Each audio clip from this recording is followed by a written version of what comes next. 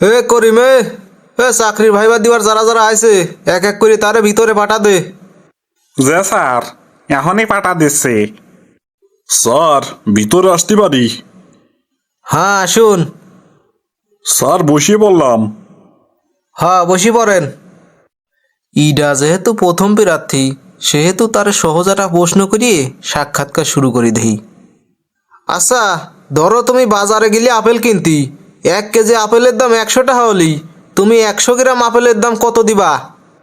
Sir, এটা আপনি কি নাম প্রশ্ন করলেন? 100 গ্রাম আপেল যদি টাকা দিয়েই কিনতে হয়, তাহলে পুলিশের চাকরি করবো কি করতি? তাই নাকি? আচ্ছা, যদি তোমার বাবা কিনতে যায় তাহলে? আমার বাবার দাঁত নাই, শুধু কলা খাতি পারে, আপেল দিয়ে কি করবি?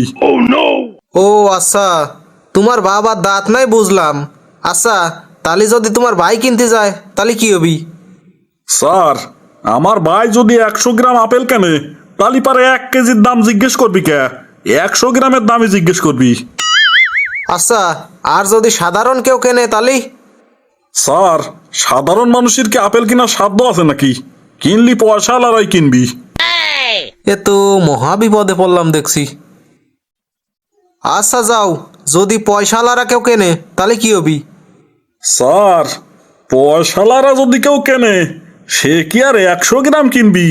সে কম করি হলেও 2 কেজি কিনবি। এই বিটকেলটা দেখি সেই বিরক্ত করতেছে। সামান্য আপেল নিয়ে তুমি এত কথা কেন বলতেছো? স্যার, আপেল মোটেও সামান্য ফল না।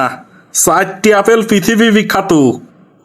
1 নম্বর আপেল আদম খাইছিল বলেই আমাদের এই দুনিয়া আসতে হয়েছে, না হলেই তো আমরা জান্নাতেই থাকি যেতাম।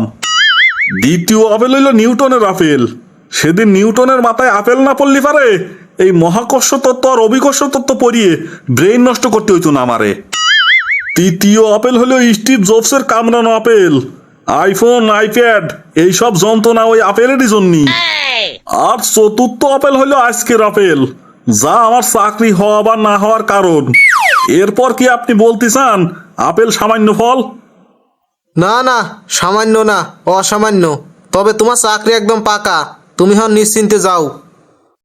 এ করিমে, পরের প্রার্থীকে ভিতরে পাঠা দাও। এবার আর আপেল নিয়ে কোনো প্রশ্ন করব না, মেলা কঠিন প্রশ্ন করা লাগবে। আচ্ছা ধরো, নদীর মাঝখানে একটা দ্বীপ আছে, আর সেই দ্বীপে একটা লেবু গাছ আছে, আর নদীতে কুমিরও আছে। সাঁতরে গেলে কুমির তোমার খায়া ফেলাবি, আর দ্বীপে আছে একটা বানর আর একটা মৌচাক। এখন তুমিই বলো, কি করি লেবু খাবা? স্যার, আমি মৌমাছের চাকে একটা ডেল মারবো আর লেবু পায়া যাব। ভুল উত্তর।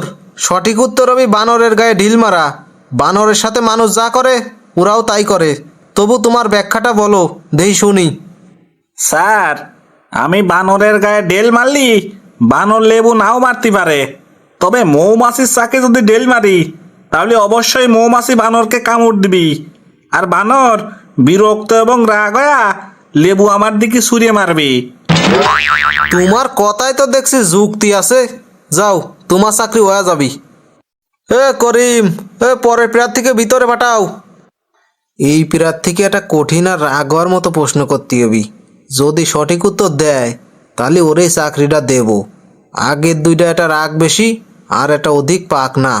একটাও সুবিচার করতে পারবি নে, আর একটাও কমান্ড ফলো করবি নে। তা আপনার নাম কি? আবির। শুধু আবির?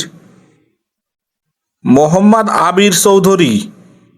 তা আপনি কি বিয়ে করছেন? না স্যার।